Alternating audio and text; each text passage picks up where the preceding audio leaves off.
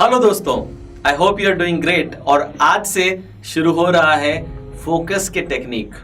तो दोस्तों, monk like focus mastery, if you want to master your focus like a monk, then you have to master these techniques. सबसे पहली technique मैं आपके लिए लेकर के आया हूं जो कि एंशिएंट विजडम में उसके रूट्स हैं और बहुत ही सिंप्लीफाई मैंने किया है उसे आप लोगों के लिए। तो पहली टेक्निक है ओम कैंडल प्रैक्टिस। ये प्रैक्टिसेस सीखने से पहले you have to promise yourself that you will apply them on consistent and daily basis. अगर आप इन टेक्निक्स को कंसिस्टेंटली और कंटिन्यूसली अप्लाई करेंगे तो बहुत ही पावरफुल रिजल्ट्स आपको in terms of focus, clarity, productivity मिलेंगे। ओम कैंडल प्रैक्टिस 3 स्टेप हैं। Step number 1 is position. English में इसे पोजीशन बोल रहे हैं, वैसे इट इज आसना। आसन बहुत ज्यादा इंपॉर्टेंट है। कोई भी क्रिया करने से पहले इट इज वेरी इंपॉर्टेंट कि आसन आप क्या ले रहे हैं। तो यहाँ पे आसन पद्मासन हो सकता है, सिद्धासन हो सकता है, इवन वज्रासन में भी आप बैठ सकते हैं। अगर आप इन टर्म्स से साथ में फेमिलियर नहीं है तो कोई दिक्कत नहीं है। पद्मासन इज लाइक फोल्डेड लेग के ही अलग अलग टाइप हैं and you can type these words and you can find images about it. अगर आप चेयर्स पे बैठते हैं तो आप सिंपली चेयर पे कंफर्टेबली बैठ जाइए। मेक श्योर कि आपकी जो स्पाइन है वो इरेक्ट रहनी चाहिए, नेक आपकी स्ट्रेट रहनी चाहिए और आपके जो पाम है वो नीचे की तरफ आपके थाइस पे रहने चाहिए, अगर तो आप चेयर पे बैठे हैं तो पोजीशन और आसन किस प्रकार से होंगे, या तो पद्मासन या सिद्धासन या फिर वज्रासन। आपको मेक श्योर करना है कि स्पाइन इरेक्ट होनी बहुत ज्यादा जरूरी है। Spine is very important and your neck is very important. Neck straight हो, स्पाइन सीधी हो। आपने बचपन में देखा होगा जब हम एंटीना यूज करते थे हमारी टीवी के लिए, तो जब हम उस एंटीना को किसी एक पर्टिकुलर डायरेक्शन पे दिखाते थे तो सिग्नल अच्छा आता था, बाकी दूसरे डायरेक्शन में सिग्नल इतना अच्छा नहीं आता था। Same is true with asanas. Asanas पे परफेक्शन करना बहुत जरूरी है और there is entire field of asanas in yogic sciences, but उस पे हम अभी नहीं जाते। फिलहाल के लिए सिर्फ इतना सा आपको समझ लेना है दैट पद्मासन, सिद्धासन या वज्रासन, या फिर आप चेयर पे बैठे हैं तो स्पाइन सीधी रखेंगे, नेक स्ट्रेट रखेंगे और अपने जो हैंड्स हैं वो अपनी थाइस पे रखेंगे।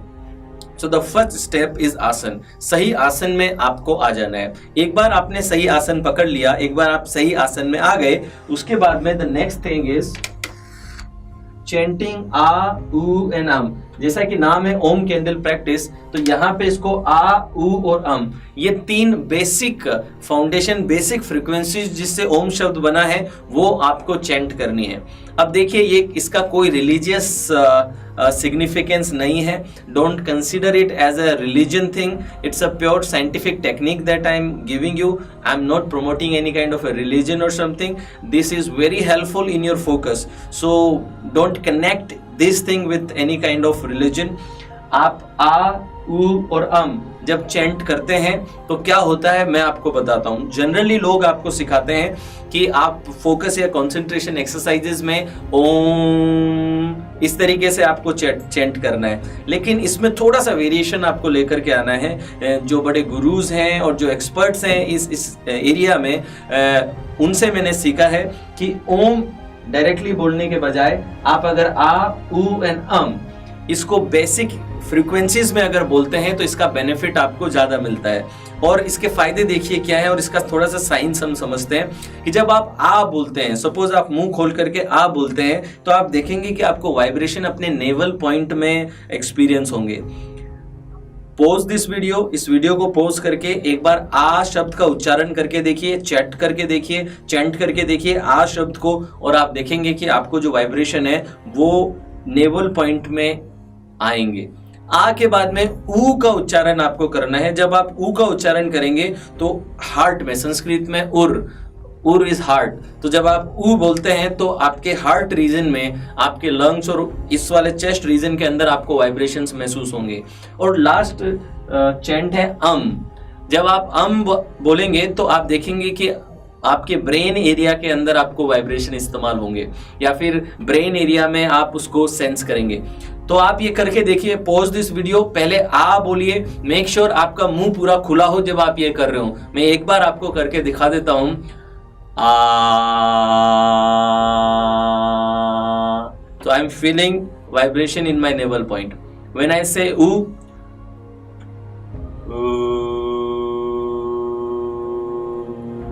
in heart region,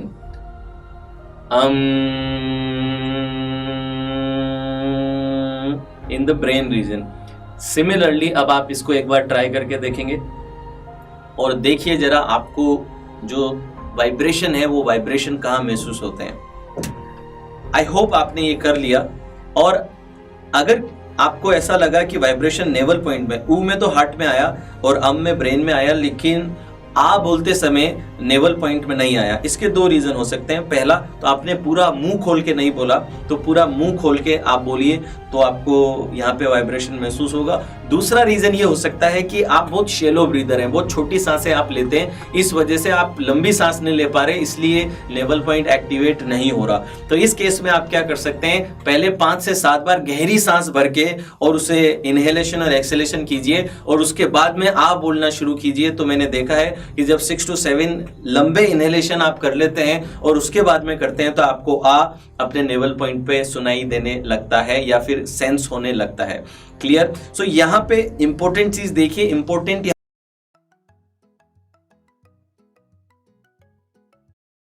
यहाँ पे साउंड नहीं है, इंपॉर्टेंट यहाँ पे वाइब्रेशन है। बहुत से लोग जिस टेक्निक को गलत तरीके से इस्तेमाल करते हैं, वो जब आ, उ और अम का उच्चारण कर रहे हैं उस समय पे वो आ साउंड पे फोकस करते हैं, ऊ साउंड पे फोकस करते हैं और अम साउंड पे फोकस करते हैं। आपका फोकस साउंड पे नहीं, आपका फोकस वाइब्रेशन पे होना चाहिए। और इसका सिग्निफिकेंस ये है, हमने पहले भी सीखा था, wherever your focus goes energy flows, यानी कि जब आप नेवल पॉइंट पे वाइब्रेशंस को महसूस कर रहे हैं, आपका फोकस नेवल से जैसे हार्ट पे जा रहा है, एनर्जी भी यहां से हार्ट पे मूव हो रही है। और जब आप ब्रेन पे लेके जा रहे हो तो जो एनर्जी है वो भी ब्रेन पे मूव हो रही है।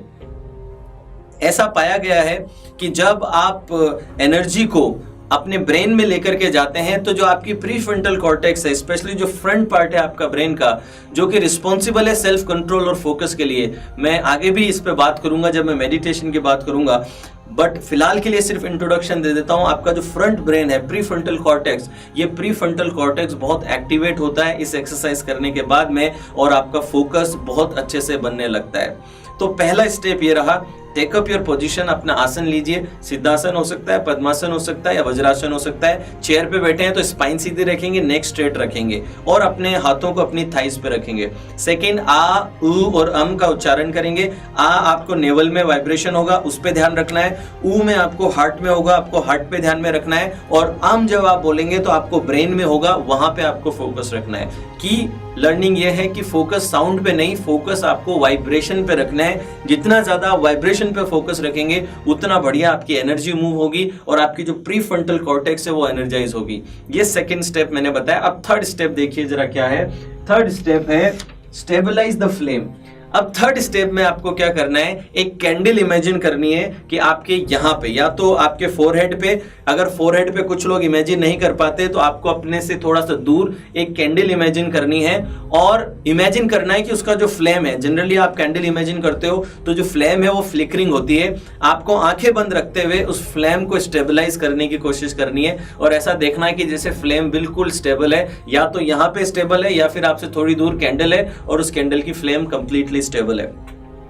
ये कैंडल कब करनी है, जब आप सेकंड स्टेप में 7 टाइम्स ओम का उच्चारण आपको करना है। 7 टाइम्स आ, उ और अम की जो साइकिल है वो 7 टाइम्स आपको करनी है। और जब आप 7 टाइम्स कर लेंगे तो उसके बाद में आपको चुप हो जाना है और चुप होकर के सिंपली कैंडल को इमेजिन करना है और लगभग 30 सेकंड के लिए कैंडल पे फोकस करना है। सो तीसरा स्टेप क्या हो गया, 7 टाइम्स ओम का उच्चारण करने के बाद आप आंखें बंद रखेंगे, उसी पोजीशन में रहेंगे और कैंडल को या तो फोरहेड पे इमेजिन करेंगे, अपने से थोड़ी दूर इमेजिन करेंगे और 30 सेकंड तक आप कैंडल पे फोकस रखेंगे। इन केस आप कैंडल इमेजिन नहीं कर पाते हैं, कई लोग कहते हैं मुझे कि कैंडल इमेजिन नहीं हो पाती, तो आप इस एक्सरसाइज में जाने से पहले, इस क्रिया में जाने से पहले आप एक कैंडल जला लें और उस कैंडल का इमेज ले लें अपने दिमाग के अंदर, और फिर आप अगर इमेजिन करेंगे तो आपको आसानी से इमेजिन हो जाएगी। तो मैं फिर से रिकैप दे देता हूं आपको।